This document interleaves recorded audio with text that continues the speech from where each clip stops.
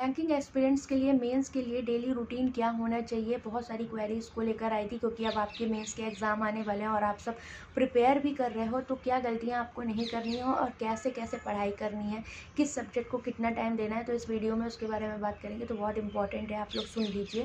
पहली चीज़ तो ये, तो देखो मॉक टेस्ट को लेकर जो बात आती है कि मैम मॉक टेस्ट कैसे देना है, तो जो आपका टाइमिंग होना चाहिए ना, जैसे आप मॉक टेस्ट अटैम्प्ट करो वैसे फुल लेंथ टेस्ट आपको अटैम्प्ट करना ही करना है, भले ही आप वीक में 3 से 4 कर रहे हो, ठीक है। बट उनको अच्छे से करिए, उनकी एनालिसिस करिए, क्योंकि वहीं से आपका आर्ट ऑफ स्किपिंग भी आएगी आपको, और क्वेश्चन का सिलेक्शन कैसे करना है, विद इन अ टाइम क्या क्या क्वेश्चन चूज़ करने हैं, ये सारी चीज़ें आप वहीं से जानोगे।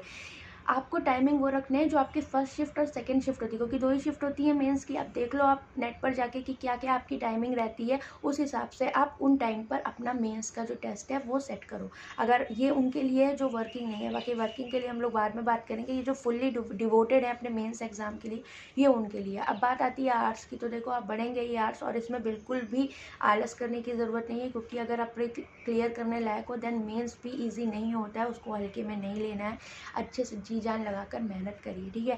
अब बात आती है आपकी जनरल अवेयरनेस सेक्शन की, किसको कितना टाइम देना है। तो देखिए टारगेट्स बनाइए भाई आपके वीकली जो होते हैं, वैसे जैसे मैंने बताया आपको इससे भी कर सकते हो या जैसे भी मन चाहे पीडीएफ से आप करिए। उसके बाद आपको 2 से 3 घंटे डेली जीए को देना है। इसमें आपकी बैंकिंग अवेयरनेस भी इंक्लूड होनी चाहिए।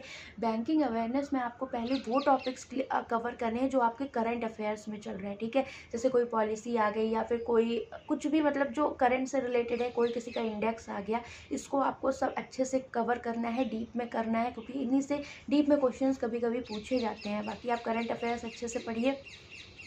आप अगर आप 2 से 3 घंटे डेली दे रहे हो देन आप इसको इजीली कवर कर लोगे आपका जब तक एग्जाम होगा अभी से, लेकिन आप स्टार्ट कर दो। लास्ट टाइम पे आप फुल रिवीजन कर सकते हो, डिफरेंट प्लेटफॉर्म से क्विजेस दे सकते हो, बस वहीं से आपकी जीए अच्छी होती है। देखो कोई एक सोर्स हमें 100% गारंटी यहाँ पर नहीं दे सकता कि हम अच्छा स्कोर करेंगे। अगर आपको अपनी प्रिपरेशन अच्छी करनी है देन आप मल्टीपल टाइम्स रिवीजन करिए। भले ही आप पहले एक सोर्स से पढ़ो, लेकिन आप उसका रिवीजन अच्छे से करो और क्वेश्चन आप डीप में पढ़ो।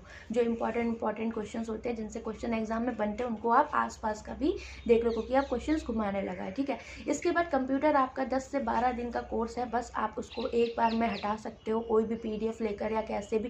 फिर उसके बाद आप क्विजेस देते रहो या मॉक टेस्ट करते रहो, ऐसे आप कर सकते हो, ओके। तो 2 से 3 घंटे आपको जीए को देना है।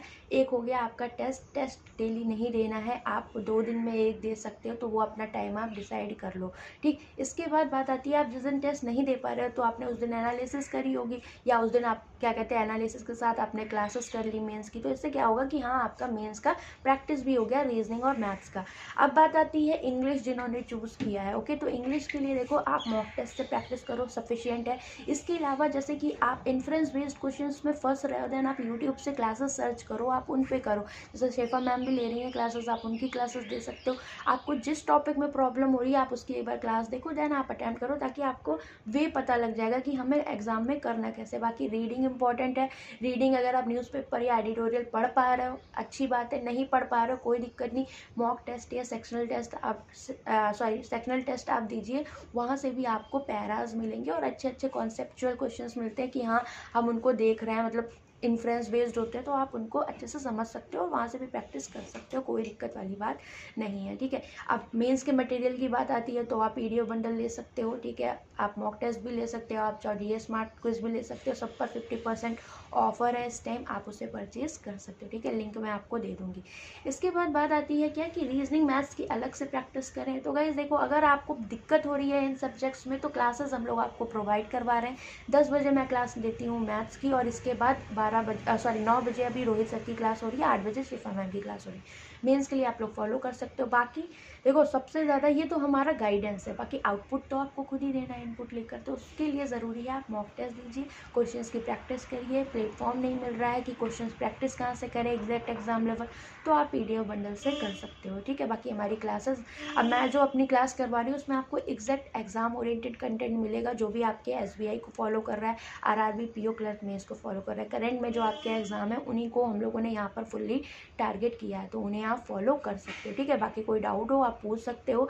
आप डेली रूटीन में देखो, सबसे पहली चीज़ क्या है कि आपका अल्टरनेट डेज पे मॉक टेस्ट होना चाहिए, उसकी एनालिसिस होनी चाहिए। अगर आप मॉक टेस्ट किसी कारण से नहीं दे पा रहे हो तो उसमें आप क्या कर सकते हो, सेक्शनल टेस्ट दे सकते हो। मॉक टेस्ट में जब भी आप अटैम्प्ट कर रहे हो, ज़रूरी नहीं कि सारे क्वेश्चंस आपके लिए डुएबल हो, आपको फोकस करना है जो आपके लिए डुएबल पार्ट वहाँ पर होगा, ठीक है, या फिर जो आप अटैम्प्ट कर सकते थे। अब उन क्वेश्चंस पे आपको टाइम वेस्ट नहीं करना है जो बहुत ज़्यादा टाइम टेकिंग होते हैं, या फिर वो आपको एग्जाम में छोड़ने ही छोड़ने हैं, ठीक है। क्योंकि काफ़ी ज़्यादा मॉक टेस्ट में कभी कभी ऐसे क्वेश्चंस भी दे दिए जाते हैं तो वो आपको छोड़ने होते हैं, आप उन पर टाइम वेस्ट मत करिए। अदरवाइज फिर आप उन चीज़ों पर फोकस नहीं कर पाएंगे जो आपके लिए क्वालिटी चीज़ें रहेंगी, ठीक है। आपको रिवीजन सारा करना है, टॉपिक कोशिश करिए कि आप कोई ना छोड़ें, बट हाँ, मॉक टेस्ट में क्या अटैम्प्ट करना है क्या नहीं ये आपको जानना है और ये छोड़ना आपको आना चाहिए, ठीक है। अब रीजनिंग में भी बहुत सारी पजल्स ऐसी होती हैं कि जैसे मान लो कि आपने मिसलेनियस किया, पजल्स की, एक तो पजल ऐसी आ जाती हैं जो आपको एग्जाम में लीव करने वाली होती हैं, तो वो आप देखो, वो जब आप मॉक टेस्ट अटैम्प्ट करोगे वो आपको खुद से खुद आने लगेगा। और मॉक टेस्ट से आपको एक फ़ायदा और होगा कि आप डिफरेंट टाइप के क्वेश्चंस, न्यू पैटर्न क्वेश्चंस करना भी सीख जाओगे, जैसा कि एसबीआई देता है। आरआरबी पीओ में तो ऐसा कभी नहीं होता कि आपको डिफरेंट टाइप के क्वेश्चंस मिले, लेकिन एसबीआई में आपको मिल जाते हैं, ठीक है। तो ये आपकी स्ट्रैटेजी यहाँ पर होनी चाहिए। बाकी आपका जो स्लॉट होना चाहिए, मुझे ऐसा लगता है कि कम से कम अब 8 घंटे, 7 से 8 घंटे से कम नहीं होना चाहिए मेंस का, क्योंकि आपको भाई 2 से 3 घंटे तो आप जीए को ही दे रहे हो, फिर उसके बाद हो सकता है 2 घंटे आप इंग्लिश को भी देते हो अगर आपका ये वीक पॉइंट हो, या हिंदी को देते हो, या फिर कंप्यूटर को देते हो, और फिर रीजनिंग मैथ्स भी तो टाइम ले जाते हैं, क्लासेस भी होती हैं। तो आपका ये 8 आवर से ऊपर का ही शेड्यूल यहाँ पर बनता है, तो इतना आपको इस वक्त करने की ज़रूरत है।